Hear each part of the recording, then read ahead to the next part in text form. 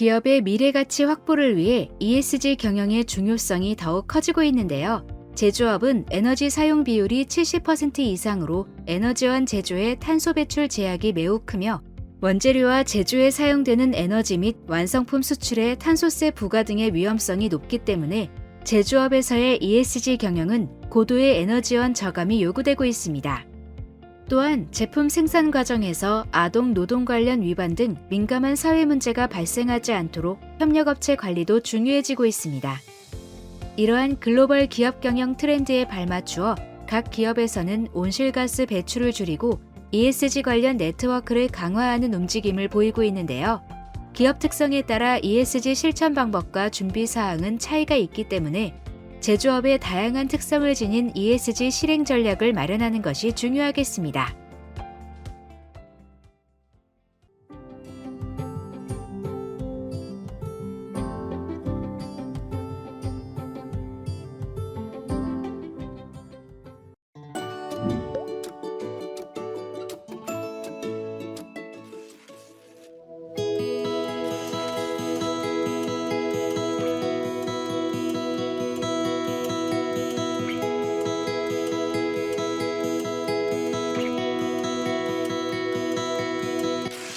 ESG 경영 안내, 제조업 분야에 대해서 말씀드리도록 하겠습니다. 제조업의 경우에 기본적으로 거의 모든 환경 그리고 사회 지표가 해당이 됩니다. 오늘은 환경 지표 2개, 사회 지표 2개, 그리고 지배 구조 지표 1개에 대해서 집중적으로 좀 설명을 드릴 텐데요. 이 지표 외에도 중요한 지표들이 있기 때문에 ESG 경영 안내서와 같은 가이드라인을 꼭 한번 보시기를 추천드리도록 하겠습니다. 먼저 환경 지표입니다. 제조업의 경우에는 대기오염 발생의 경우가 굉장히 많고 많은 경우에 사업장에 따라서 대기오염 방지 시설이 많이 설치되어 있습니다. 이 경우에 대기오염 물질을 우리가 모니터링을 하고 그 다음에 관리할 수 있는 매뉴얼을 개발하고 그 다음에 감축 활동을 하는 것이 좀 필요한데요. 이는 대기환경보존법에 의거해서 물론 일상적으로 하고 계시는 일이긴 합니다만은 향후에는 이러한 오염물질 배출량을 공개해야 하는 환경정보 공개 제도라든가 또는 우리 고객사에서 잘 준수하고 있는지 그런 내용에 대해서 혹은 농도는 어떻게 되는지 요청을 할 수 있기 때문에 미리 관리를 하고 계시는 것이 필요하다고 보입니다. 네, 온부자재 소비량 관리 기업 사례를 하나 말씀드리면요. 제품 구입 및 제조 과정에서 또는 출고 시에서 우리가 사용되는 팔레트가 있죠. 이 팔레트를 일회용이나 혹은 목재를 사용하지 않고 재활용 팔레트를 활용하는 그런 경우가 있습니다.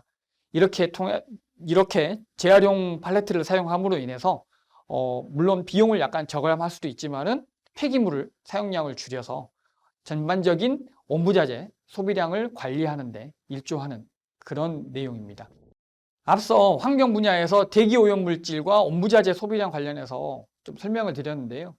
사례를 좀 더 말씀드리면 대기오염 저감 관련해서는 대기오염 방지 시설 관련해서 폴리링, 데미스터, 활성탄과 같은 우리가 소모재를 교체를 주기적으로 해서 대기오염 물질 배출량을 줄여나가거나 또는 원료를 유기계에서 수기계로 전환을 해서 대기오염 물질 배출량을 저감한 그런 사례들이 있습니다. 그리고 미세먼지 요즘에 법적으로도 계속 강화 추세에 있는데요. 미세먼지를 줄이기 위해서 질소산화물 저감을 위해서 전옥수 벽어를 설치를 한다거나 또는 집진기 효율을 개선하기 위해서 정기 점검을 한 그런 사례들도 있었고요. 온부자재 소비량 절감을 위해서 보리를 원재료로 사용하는 회사 같은 경우에 수확 과정에서 발생하는 보리 짚은 거름과 그 다음에 사료용으로 사용하는 그런 사례들이 있었고 도종 과정에서 발생하는 맥강 같은 경우에는 농가의 사료용으로 판매를 했거나 그 다음에 톤뼈 같은 경우에는 종자용으로 제공해서 재활용했던 그런 사례들이 있습니다. 이처럼 온부자재 사용을 줄이고 재활용을 늘리는 그런 다양한 사례들이 있고요. 우리가 온부자재를 사용을 좀 줄이기 위해서 재활용할 수 있는 그런 아이디어를 일상생활에서 좀 생활화하는 것도 좀 필요한 것 같습니다.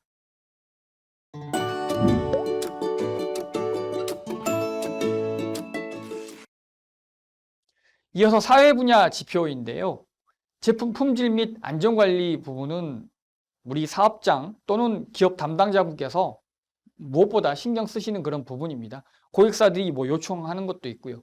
근데 요즘 뭐 잘 아시겠지만은 정보가 굉장히 빨리 확산되는 그런 상황이고, 무엇보다 고객사들이 굉장히 타이트한 그런 기준을 요청을 하고 있기 때문에 품질 경영 체제, ISO 9001 인증과 같은 그런 인증을 획득하는 것도 좋은 방법이고, 제품 서비스 책임 관련한 행동 규정을 내부적으로 제정을 한다거나 이를 시행을 하는 그런 방법도 있으니까 고려를 해보시기 바랍니다. 앞서 ISO 9001 언급드렸는데요. ISO 9001뿐만 아니라 환경 경영 시스템인 ISO 14001, 그리고 뭐 품질 관련한 다양한 국제 인증들이 있습니다. 지스 같은 경우에 일본으로 수출하는 경우에 미리 인증을 받아야 되는 그런 경우도 있고요. 그렇듯 정기적으로 내부 심사를 통한 시스템에서 유지 관리하고, 그 다음에 생산 관리 시스템이라든가 이런 것들을 통해서 품질 검사, 부적합 관리 이런 내용들을 내재화시키는 것들이 굉장히 요구되고 있고요. 국내에서도 임신 근로자를 위한 시차 출퇴근제라든가 육아기 단축 근로제를 도입을 하는 그런 것도 좀 고려를 하는 것도 필요로 하고, 여성 근로자의 경우에 18세 이상 여성 근로자 야간 및 휴일 근로 동의서를 진구를 한다든지 미리 선제적으로 이런 내용들을 파악을 하고 준비를 하는 것도 필요합니다. 강제 아등 노동, 이 분야는 우리로서는 법적으로 엄연히 금지되어 있기 때문에 이게 우리한테 필요한 내용이냐 하고 의문이 드실 수도 있는데요. 최근에 유럽의 CSRD라고 하는 기업의 지속가능 경영 관련한 내용을 공개하는 그런 법령이 시행이 될 예정이고, 이 시행 예정에 따른 법령에서 우리 자체의 사업장뿐만 아니라 우리가 구매하는 원부자재 역시 아동 또는 강제 노동이 없는지에 대해서 확인하는 작업을 하고 있습니다.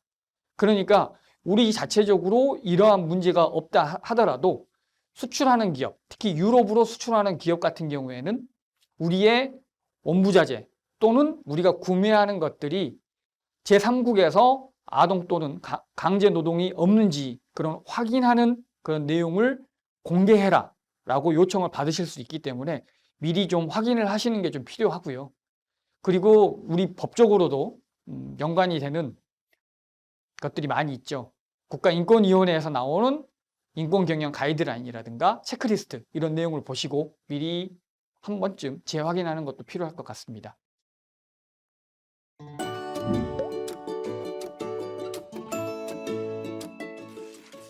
이해관계자의 소통, 이 부분이 우리에게 필요한가라고 고민을 하실 수도 있는데요. ESG 경영에 있어서 가장 중요한 것이 바로 이해관계자와 소통입니다. 우리가 제품을 납품하는 고객사에서도 우리 관련한 환경정보 또는 온실가스 배출량에 대해서도 요청을 하는 사례가 굉장히 늘어나고 있습니다. 그리고 우리가 그런 것들을 서플라이 체인 상에서 요청을 할 수도 있고요. 그렇기 때문에 이러한 다양한 환경, 사회 이런 정보들을 주고받고 해야 되기 때문에 이해관계자와 소통을 원만하게 할 수 있는 그런 준비가 좀 필요하고요. 때에 따라서는 고객이라든가 주주, 그리고 지역 주민, 정부기관 담당자와 원만하게 소통할 수 있도록 소통 채널, 내부 인트라넷이라든가 혹은 기업의 홈페이지를 좀 관리를 잘 하셔야 될 수도 있고요. 주주총회라든가 그 다음에 협력사 관련한 교육 등을 미리 준비가 필요하다라는 것들을 인식을 하시고 우리 관련한 정보들을 원만하게 이해관계자와 소통할 수 있도록 준비를 해야 할 필요성이 있습니다. 네, 지금까지 제조업 분야에 대해서 간략하게 좀 말씀드렸는데요. 지금까지 언급드렸던 내용, 환경, 사회, 그리고 지배구조에서 이해관계자의 소통, 매우 중요한 내용들입니다. 이것과 더불어서 최근에는 기후변화가 워낙 심각하기 때문에 온실가스 배출량에 대한 정보를 요청받는 사례가 매우 늘어나고 있습니다. 그래서 온실가스 배출량을 산정할 수 있도록 관련한 정부 혹은 관련 협회에서 여러 가지 교육을 실시하거나 혹은 컨설팅을 제공하고 있기도 하니까요.